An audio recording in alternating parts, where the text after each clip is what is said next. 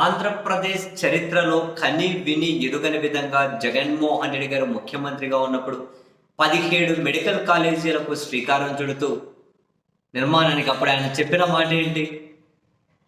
పేదలకు గుదిబండగా మారేది విద్య, వైద్యం మాత్రమే.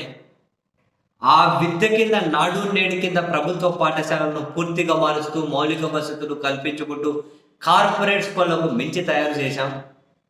అండ్ వైద్యాన్ని కూడా పేదలకు అందుబాటులో ఉంచాలంటే ప్రభుత్వ ఆధ్వర్యంలో మెడికల్ కాలేజీలు, దానికి అనుగుణంగా సూపర్ స్పెషాలిటీ ఆసుపత్రులు వస్తే దాని ఒక 100 కిలోమీటర్ల పరిధిలో ప్రజలందరికీ కూడా వైద్య సదుపాయం అందుబాటులో ఉంటుంది. అప్పుడు విద్యా వైద్యం కోసం ఎవరూ కూడా ఇబ్బంది పడే పరిస్థితి లేకుండా పోతే ఒక మంచి సమాజాన్ని మనం ఇప్పుడు ఆశించవచ్చు అని ఆయన ఒక మంచి ఉద్దేశంతో 17 మెడికల్ కాలేజీలు, దాంతో దాదాపు 7 కాలేజీలు అయిపోయాయి.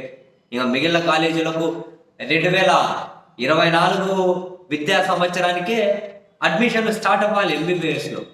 ఇప్పుడు పులివెందుల మెడికల్ కాలేజీ ఉంది, బ్రహ్మాండంగా రెడీ అయిపోయింది, అసలు అద్భుతంగా ఉంటుంది.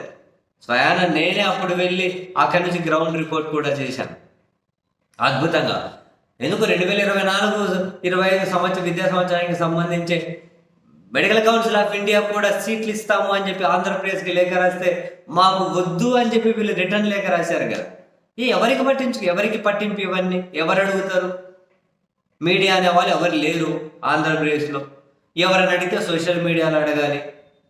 దాని మీద పాలకులు ఎక్కలేని కోపాన్ని ప్రదర్శిస్తూ ఉన్నారు, తట్టుకోలేకున్నారు ఇవన్నీ అడుగుతూ ఉంటే. ఇప్పుడు పులివెందుల మెడికల్ కాలేజీ తీసుకెళ్లి ప్రైవేట్ వాళ్ళ చేతిలో పెడుతున్నారట. ఎంత దారుణం అండి!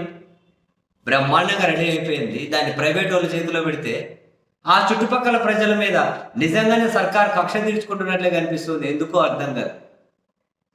మరి అది ఒకవేళ పులివెందుల మెడికల్ కాలేజీ కనుక ప్రభుత్వ ఆధ్వర్యంలోనే ఉండి దానికి అనుగుణంగా కనుక సూపర్ స్పెషాలిటీ ఆసుపత్రి వచ్చి ఉండి ఒక పులివెందులేనా, ఈ పక్కన కదిరి, ఆ పక్కన తాడిపత్రి నియోజకవర్గం, ఇంకో పక్కన ధర్మవరం నియోజకవర్గం, ఇంక కడప జిల్లా మొత్తం, ఈ చుట్టుపక్కల చాలా వాటికి ఎన్ని ప్రయోజనాలు చేకూరేది, ఎంతమంది ప్రజలకు మేలు జరిగేది, ఎంతమంది ప్రజలకు విద్యా వైద్యం అందుబాటులోకి వచ్చేది, ఎంతమంది పేదోళ్ళు డాక్టర్లు అయ్యేవాళ్ళు అక్కడ చదువుకొని.